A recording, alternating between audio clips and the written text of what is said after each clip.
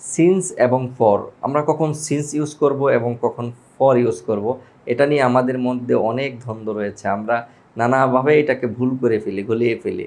So আমাদেরকে জানতে হবে সিন্স কখন। যেমন আমি যদি একটা উদাহরণের মাধ্যমে বলি, I have been living in Dhaka since 2025। আমি 2025 সাল থেকে ঢাকাতে আছি। তাহলে কোনো একটা সময় থেকে, মানে কোনো একটা জায়গা থেকে আপনি কতদিন যাবত আছেন সেটা বলা নাই, বাট এত সাল থেকে, সকাল থেকে, বিকেল থেকে, এই ক্ষেত্রে আমরা সিন্স ইউজ করব। আর যদি বলি I have been living in Dhaka for 5 years, 6 years, 3 years, মানে একদম বলে দেওয়া হবে যে এতদিন থেকে সে ঢাকা আছে, তাহলে এই ক্ষেত্রে ফর ইউজ করবে। আমি যদি শর্টকাটে আবার বলি, সিন্স একটা নির্দিষ্ট সময় ধরে চলবে, আর ফর হলো একদম স্পেসিফিক বলে দেবে যে এতদিন যাবৎ সে ঢাকাতে আছে, এতদিন মানে একদম স্পেসিফিক তাকে সময়টা বলে দেওয়া হবে।